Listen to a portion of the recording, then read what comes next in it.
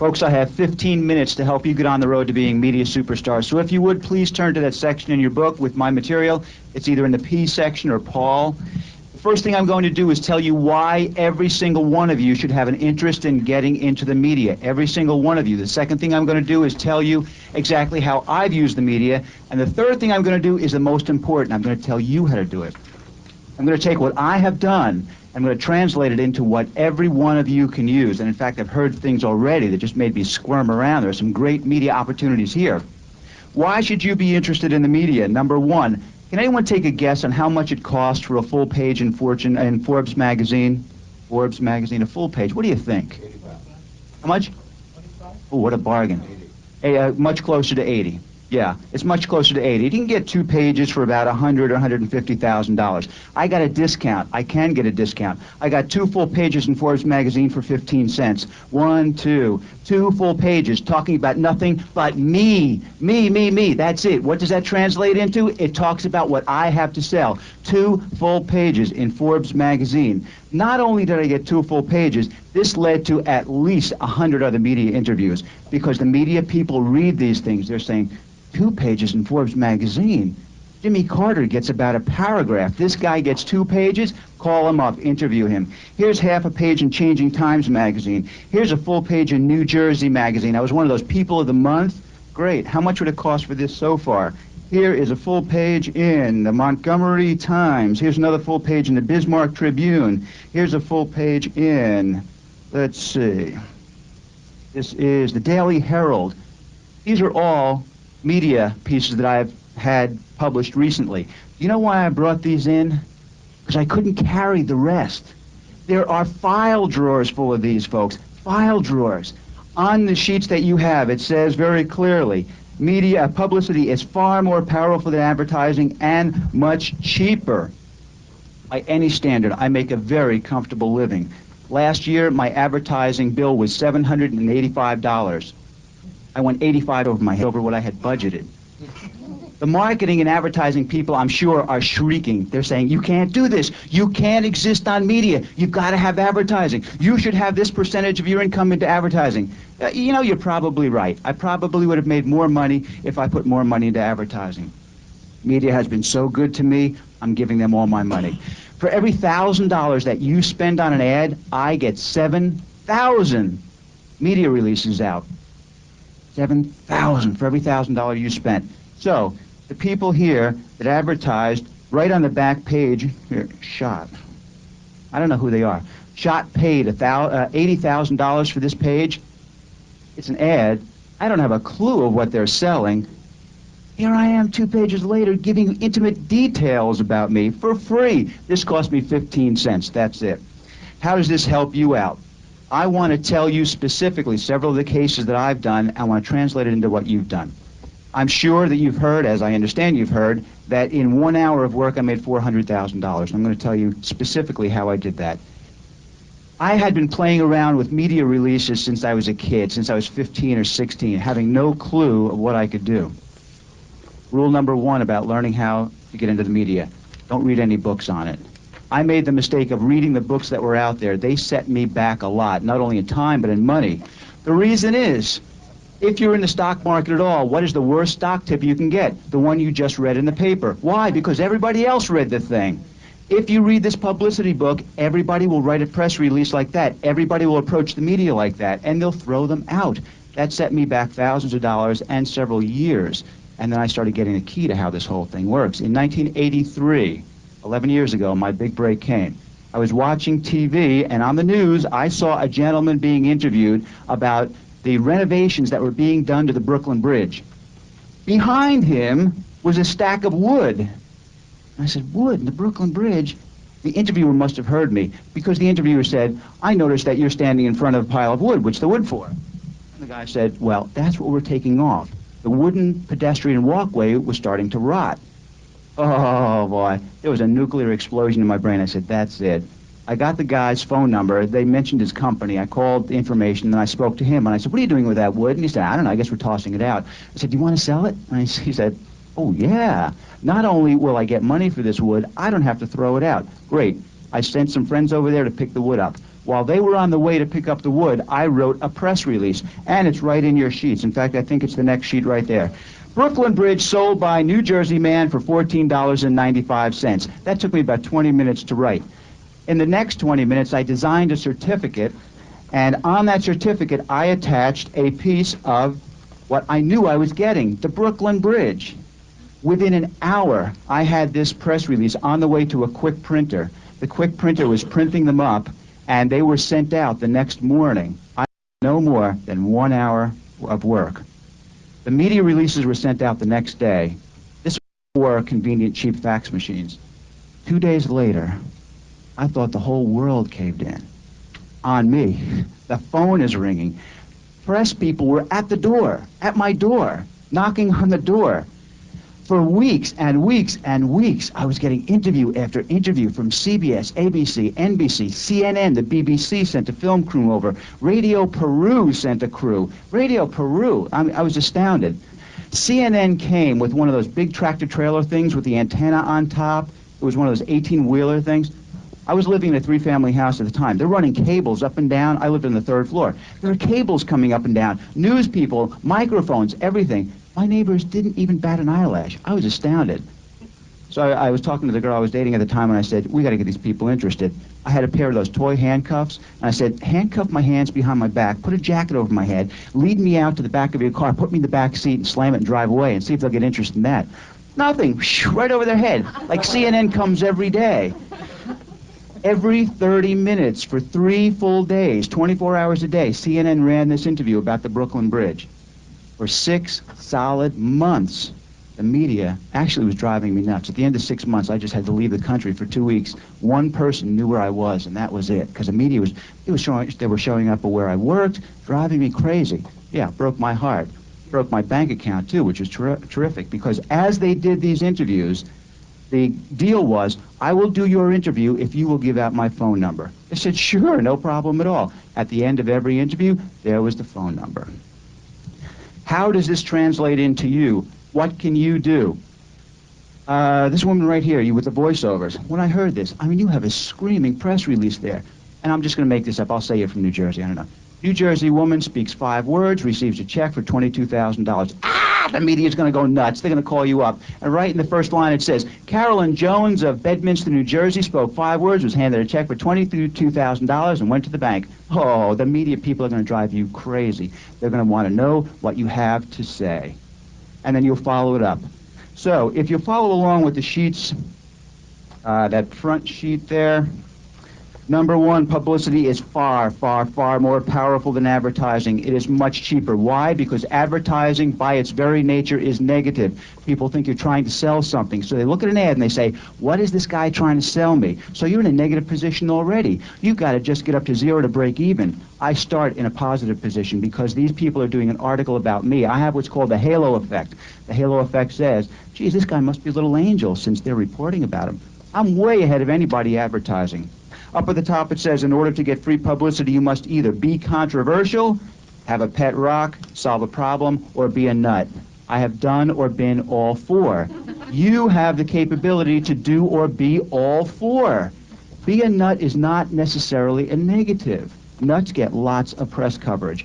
There is not a product, service, cause, or issue that cannot receive tremendous coverage. I don't care if you're selling mortgage services, if you're selling voiceovers, tennis shoes, radio antennas, pest control, I don't care. You can become a nationwide media celebrity very quickly and very inexpensively.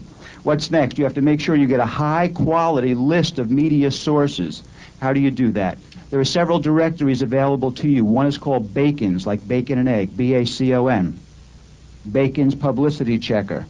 There is another one called Gebby, G-E-B-B-E, Gebby All-in-One. Gebby All-in-One. They're good. They're excellent.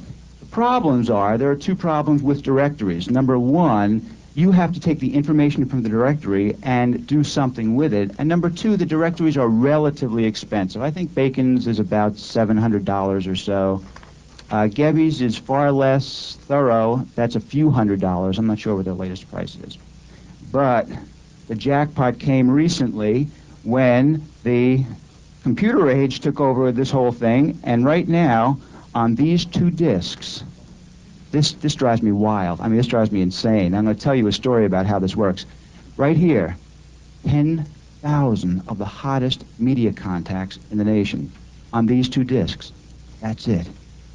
I've heard over and over again people say, well, I don't want to learn how to use a computer. You know, I'm going to hire somebody to use a computer. That's not for me. I should spend my time creating. Yeah, nonsense. That's like saying you've got a great car, but you are not going to get a license or learn how to drive. You're going to hire a driver. Great.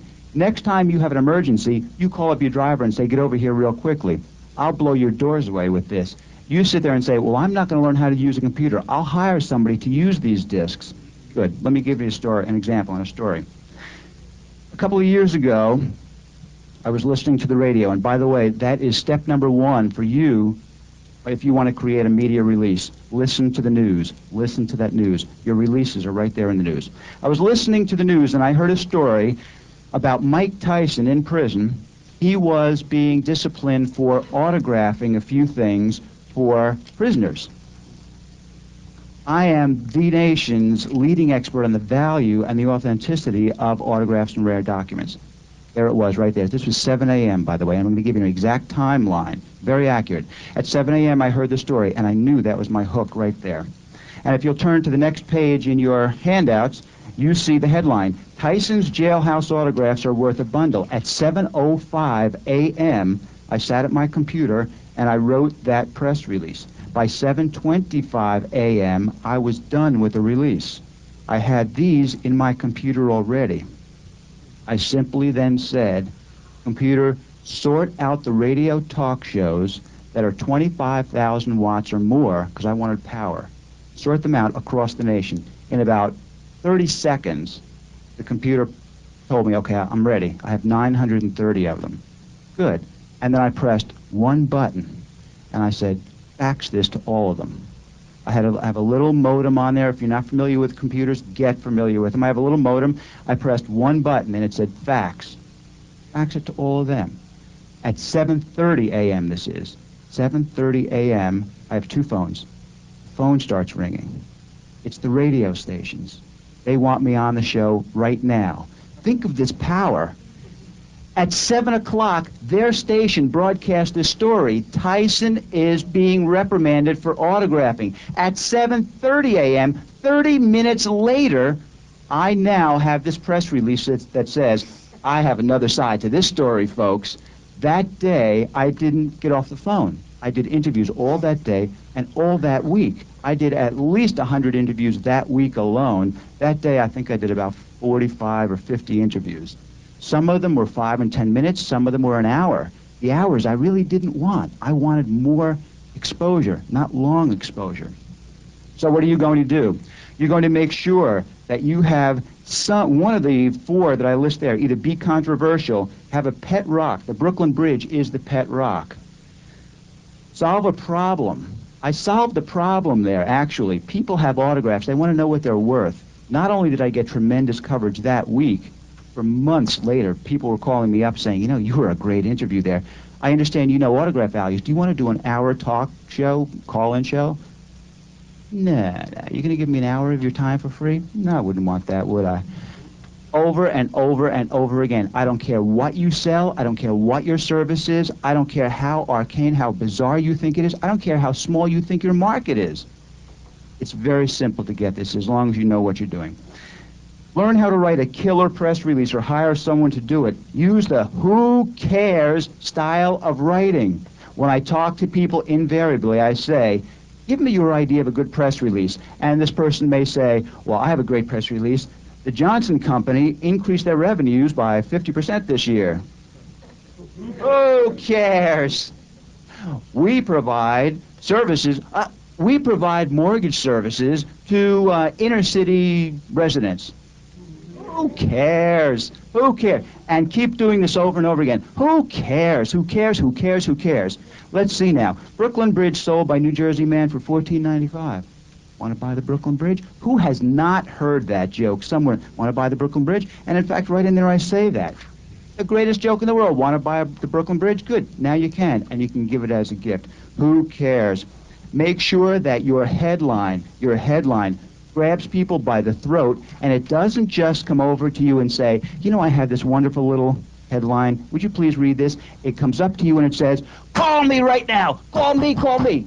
That's what your press release has got to say. Call me now. Don't call me tomorrow because I know you're not going to call me tomorrow. Call me right now. It is very rare that I send out a press release and somebody calls me a day later or a week or a month later. They call me right now. I want the coverage right now. That's what you have to do. Look at the headlines here. Look at the next headline. Clinton's is worth $50, Bush's $75, but Hitler's is worth $1,000 and Columbus's $1 million. Oh, man, they just went nuts. They were tap dancing over this one. This was during the campaign, the last presidential campaign. And then I covered myself with the next press release. It says, Clinton's autograph skyrockets, Bush's autographs nosedive. Now, to tell you the truth, I had two ready. What did the other release say? Bush's autograph skyrockets, Clinton nosedives. All I did was sit there election evening and wait. As soon as ABC, and I think they were the first one, as soon as ABC said, Clinton's declared the winner, zap, I pressed that one button on the computer, all over the country, this fax was going out. What do you think happened to my phone the next day? They were going insane. Because what were they going to have to do the next day? They were going to have to say, well, Bill Clinton won Missouri, Mississippi. They want a different story. Here it is. Clinton's autograph skyrockets. You, every single one of you, can do the exact same thing. Somebody in here, in fact, probably several somebodies are saying, yeah, but you don't know my service. Yeah. A service is a service. A product is a product. If it looks like a duck and it acts like a duck, it's a duck. That's it. When I was a kid, I met a guy who was probably in his 50s. He bought a company that sold fishing nets and made fishing nets. And I said, Jim, what do you know about fishing nets? He said, I don't know anything about fishing nets, but I know everything about business. Business is business. I don't care what you're selling. It's all the same. I don't care what you are promoting, what your product or service is. It's all the same. The media is very willing to make you as wealthy and as famous as you'd like if you just learn how to romance them. That's it. That's what they want. Moving down. Fax your release as often as possible. Fax it. They want it immediately. Immediately. Mail, if you don't have a fax machine, you'll get some press coverage, but that fax machine, it's so exciting to have your fax machine faxing these things out on one phone and the media calling on the other. That's exciting stuff. That is real exciting stuff. Make outrageous claims that you can back up, and in fact, if you will go to your next press release there, in 1991, I wrote a book called How to Be Outrageously Successful with the Opposite Sex. I wanted lots of great promotion on this. That's what got me on the Donahue Show. Thanks to Carl Galletti, by the way, who called me up and said, you know, I have another client who has a book in the same arena as yours. He's going to be on the Donahue Show. So certainly I called up the Donahue, I hung up from Carl, called the Donahue Show, and to make a long story short, I was on the Donahue Show. Also, thank you, Carl. The next press release says, this is preposterous. I can help anyone find the love of their life in 90 days or less. Folks, I'm going to tell you that that is not true. It does not take me 90 days. It takes me about 9 days. But the truth of the matter is, people won't believe it if I said 9 days. The title of this talk is How to Get $1 Million Worth of Free Publicity. That's not the truth either. Actually, it's about $6 million, but you wouldn't believe $6 million, so I had to cut it down. I can help anybody find the love of their life in about 9 days or less. I faxed this out. When did I fax it? Valentine's Day. What did I head it? Here's a great Valentine's Day story. That went to newspapers. To the ones that I faxed to the radio shows, it said, here's a great Valentine's Day, or here's your Valentine's Day show. I can help anyone find the love of their life in 90 days or less. I had two groups of media people. The media people that said, oh, this is a great story, we got to get this going. And the other side that loves to shoot people down. These people were saying, I'm going to chew this guy up and spit him out. Those are the people that I love, because the ones that say, we want you because we think you can do what you're doing, well, you know I can do it, I know I can do it, what's exciting about that? But then I get somebody that calls up and says, oh yeah, listen here, hotshot, I've been a news reporter for 56 years. I've seen people like you come and go. I'm going to chew you up and spit you out nationwide. Oh, thank you. Just make sure you do it nationwide. You sure? This is nationwide. Yes. And then at the end, I have the guys going, he did it. Oh, thank you. Those are the people that write you the reference letters later saying, I thought this guy was the biggest snake oil salesman on earth. in front of nationwide TV, he did it. This guy works miracles. Excuse me, he works what? Miracles. Thank you. Move on. The media will go insane. Next year, I'm sure that I'll make more money than I did this year. I cut my advertising budget. I went over this year, $735. Next year, my advertising limit's $500. That's it. The media has been so kind to me. I will continue to be kind to them. The last couple of things that I have to say, I have to leave at 1:45, so if you have questions, please feel free. I think we're going to take a break before I leave. No? Okay. If you do have questions, I'll help you with any questions you need. Right after this Valentine's Day story, you'll see 2 other sheets of paper. These sheets of paper should always, always, always go with anything that you send to the press. You may not necessarily fax all 3 pages, although I do. You fax the first page, but you always need the second sheet, which is your bio and fact sheet, written in the who cares style. Who cares? If you look at every sentence here, Paul Hartunian is recognized as the nation's leading expert on dating and relationships. You may say, who cares? But think about the media people. They care. They don't want some little clown saying, I'm here. Okay, good. That's a good who cares. Always write with the who cares. And then the third page, this is rarely sent out. This is the sign of a media pro. I'm not saying that I'm a media pro. I'm saying that's what the media says. This guy knows what he's doing. He's sending us a list of suggested questions. Why did I send that? Number 1, I want to look like a media pro. Number 2, I want to make life much easier for the reporter or the interviewer and me. I already set them up with the questions. I know the answers. Life is a breeze for both of us. They go down the list, and I'll tell you 98% of these people just go right down the list. They say, well, what does it mean to be outrageously successful with the opposite sex? The ones in these little 500-watt stations that are running on batteries go, well, what does it mean to be outrageously... good. Yeah. But ABC Radio will say, I have a lot of questions, and I know our listeners are going to want to know the answers to. What does it mean to be outrageously successful with the opposite sex? And in my mind, I'm saying, I'll bet you I know the second question you're going to ask. I'll bet you it's going to be, why is your method so successful? And he said, oh, that was a good answer to the first question. Why is your method so successful? Yes, got it. Good. Notice what I'm leading to. What is the last question on that list? How can people get your book? And I also put the 800 number in case the interviewer, in case we're on the air, by the way, and the interviewer says, geez, I had that number around here somewhere. Yeah, it's right in front of you, right in front of you. Some of you may say, I can't do radio, I can't do TV, I'm too shy. In fact, Paul, I couldn't do what you're doing right now, standing up in front of us and talk. You don't have to. You can do newspaper, you can do newsletter, magazines. If you're doing a newspaper interview, for example, it's as simple as you sitting down with a potential client, telling them what you have to offer. It's that simple. If you are going to do radio, I suggest that you start in these little jerkwater towns with the 10-watt stations. If you bomb, who cares? You know, the signal went down the block, and that's it. That is it. Start with these little towns. 10 watts. I mean, literally 10 watts. You'll see it in the directory, and you'll see it on these discs. By the way, those discs, $150. Oh, God. There's information, right? In fact, the next page, I think, has information. It's in Mac or PC format. I also have this great image. You see these wacko things in the Inquirer, and even in the USA Today, they have that column of real wacko stories. I can just see this guy in the Yukon Territory who hasn't seen a human being in 6 months with a computer and this fax modem and these discs, faxing out these insane releases, and people picking them up. I mean, you can fax anything. The power is absolutely astonishing. Don't think for a second you can't do it. Once you start in these little 10-watt stations, and you either bomb or you don't, it's like anything else. If you do well, good, go to 100 watts, then 500 watts, and pretty soon you're up to 50,000 watts in no time at all. So you bombed in the 10-watt. Nobody heard you anyway. The proof?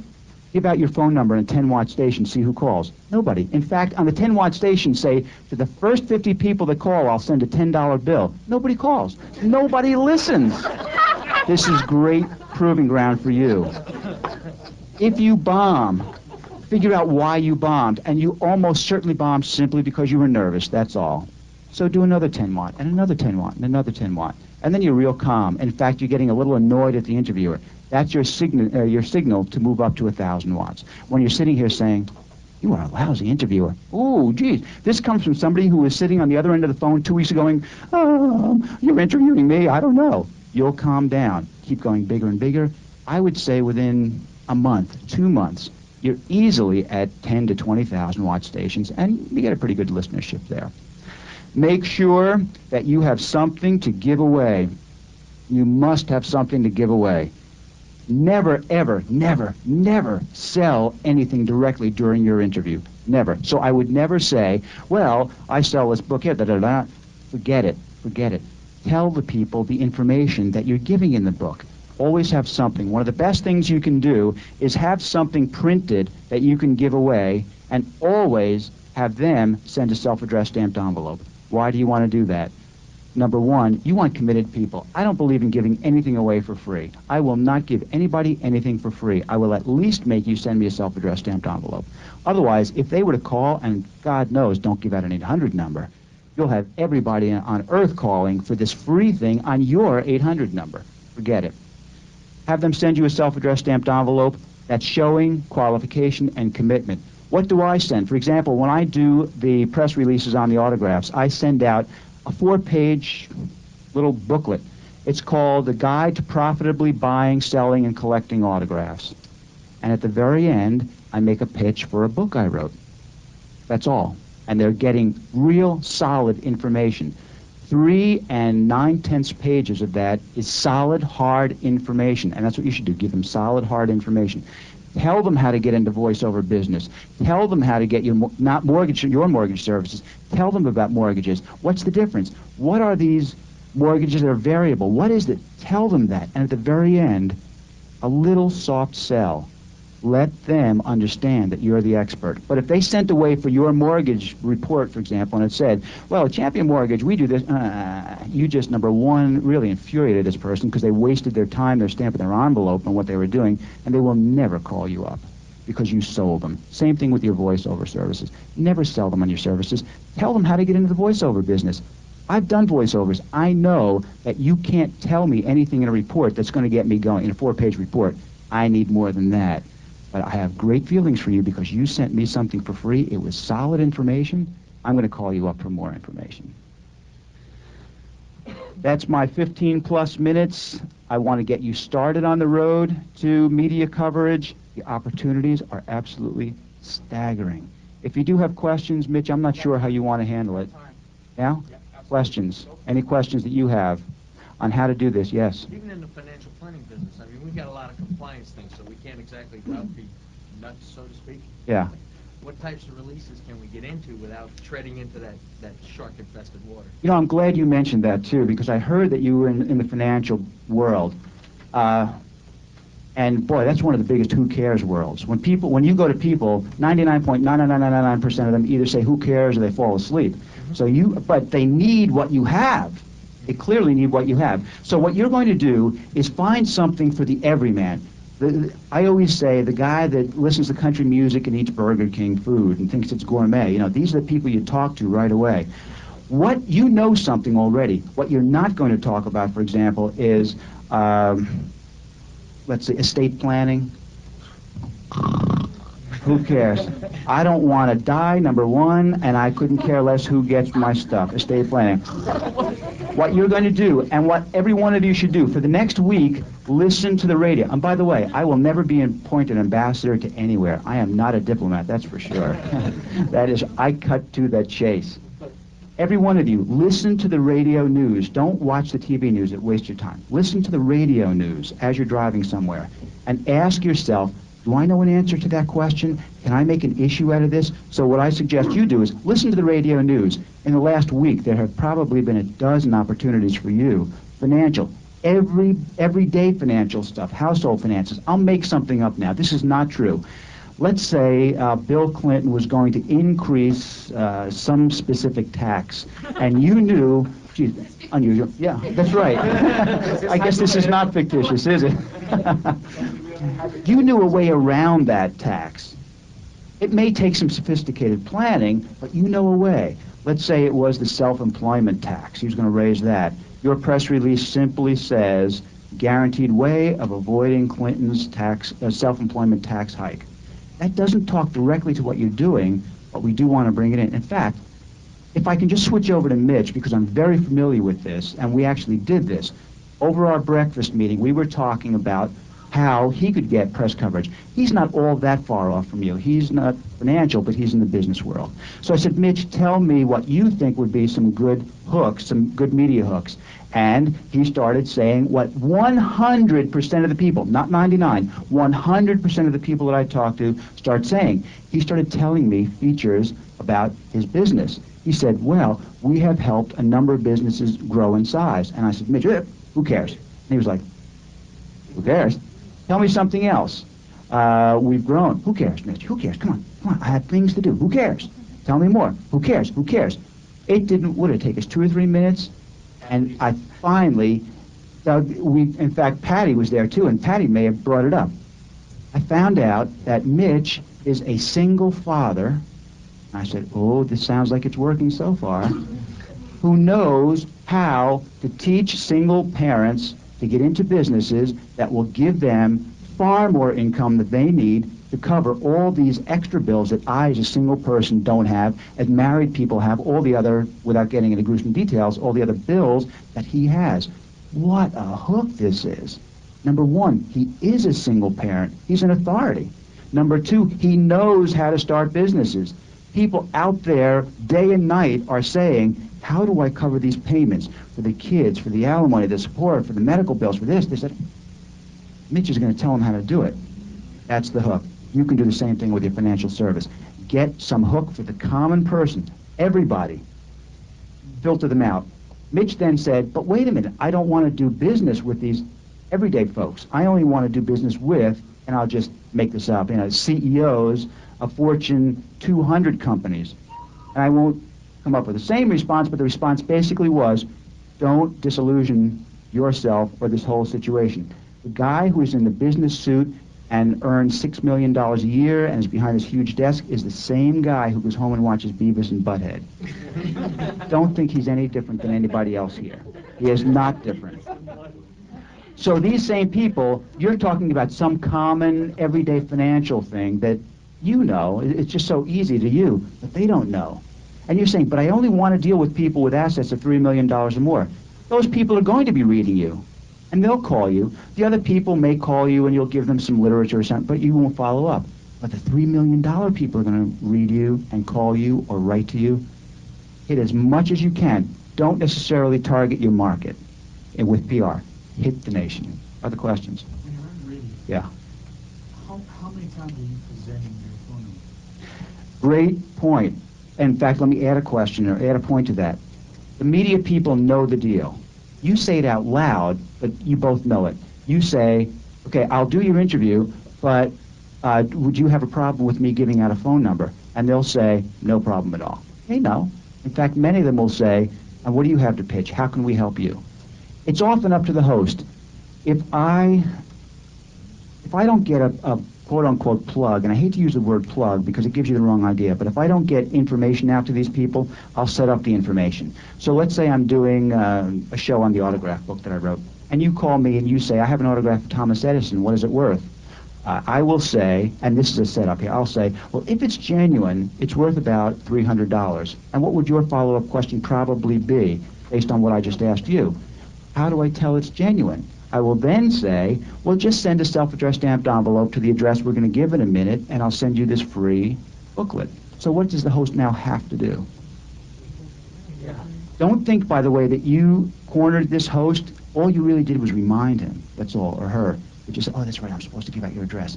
100% of the time they'll say, why don't you give out the address right now? When the interview, you're just talking about signatures and stuff. You're talking about hard information. You're not pitching your services, your product. What's your product or service?